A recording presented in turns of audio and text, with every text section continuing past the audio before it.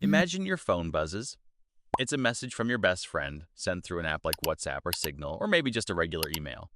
You probably think that message is private, just between you two. But right now, in Europe, politicians have spent 5 years arguing about whether that's actually true anymore.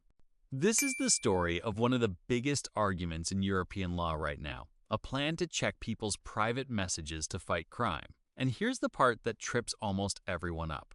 There isn't just one plan. There are two completely different ones with confusingly similar names, and mixing them up is exactly why some people are panicking online, while others say it's no big deal, when the truth is somewhere in between. Let's start simple. Why would anyone want to check people's private messages at all? The goal, at least officially, is stopping child abuse material from being shared online. Since 2021, big tech companies like Meta, Google, and Microsoft have used automatic scanning tools to look for known abuse images in messages and emails that are not encrypted. That means this has already been happening quietly for years. But here's the catch. This scanning was only allowed because of a special temporary permission, kind of like a hall pass that has to be renewed every so often. Let's call this Plan 1. Plan 1 is voluntary and it's temporary. It's not forced on everyone forever. Plan 1 first started in 2021. It got renewed once, and that renewal was set to expire in April 2026. Here's the surprising part. In March 2026, the European Parliament actually voted it down. They said no. For a few weeks, the hall pass expired completely.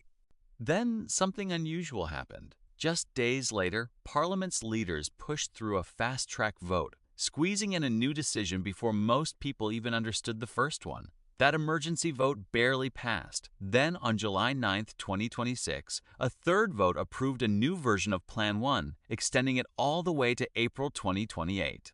Some people called this move a sneaky trick, saying it got around the Parliament's own no vote from just weeks earlier. Others said it was necessary because without any rules at all, companies had no clear guide for reporting abuse material they found. Both points make sense in their own way. That's usually how messy political fights work. Step 2. What actually changed in this new version? Here's the detail most headlines miss. This new version says encrypted messages should stay protected. Encrypted means scrambled, so only you and the person you're talking to can read it. That's how apps like Signal and WhatsApp work. Under Plan 1, that kind of message is not supposed to be scanned. Only unencrypted messages and emails are, the same as before. Does that fully settle things? Not quite. Some experts point out something tricky. If a phone itself reads what's on your screen using built-in features, then it doesn't matter whether the message was encrypted because the phone could see it before it even gets locked up. That's a real concern people are watching closely, even though it's separate from what this specific rule says. Step 3. This is where the real confusion comes from. Plan 1 isn't the whole story. There's a second, much bigger plan sitting in the background. Let's call it Plan 2. This one is not voluntary. This one is not temporary. It's a permanent law that was first suggested back in 2022, and it would work very differently.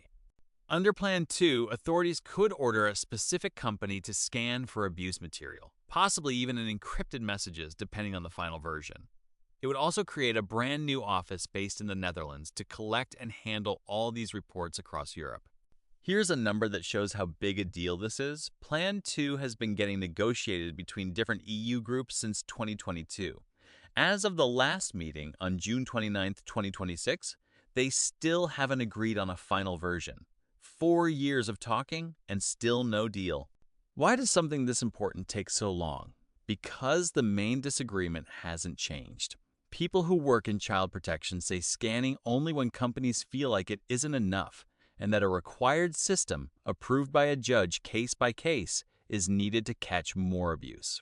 People who care about privacy and online safety say that any system built to peek into encrypted messages, even with rules attached, creates a hole that could later be misused or stretched wider than planned. Many of them specifically want any scanning to require a judge's approval based on real suspicion, not automatic checking of everyone's messages by default.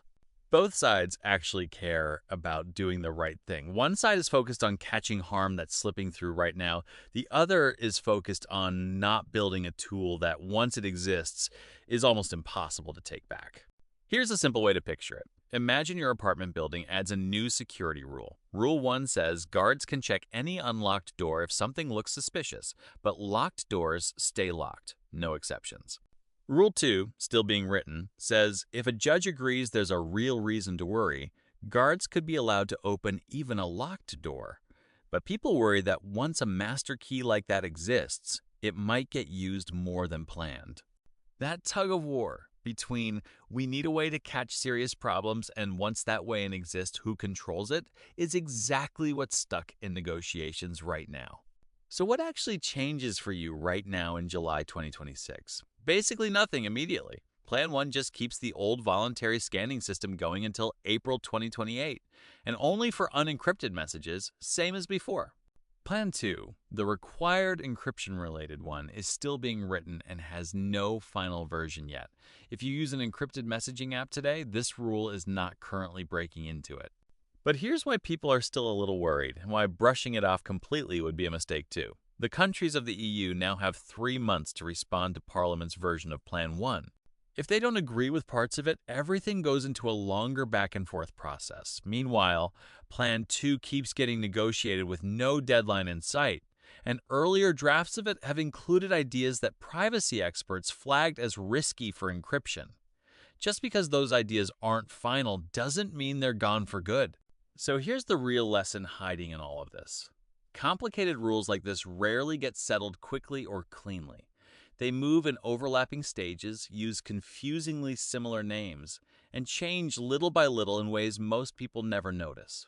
That's not just an EU thing, it's how most big, complicated rulemaking works, whether it's about privacy, money, or anything else. If you actually want to follow this instead of just reacting to scary headlines, here's what to watch for.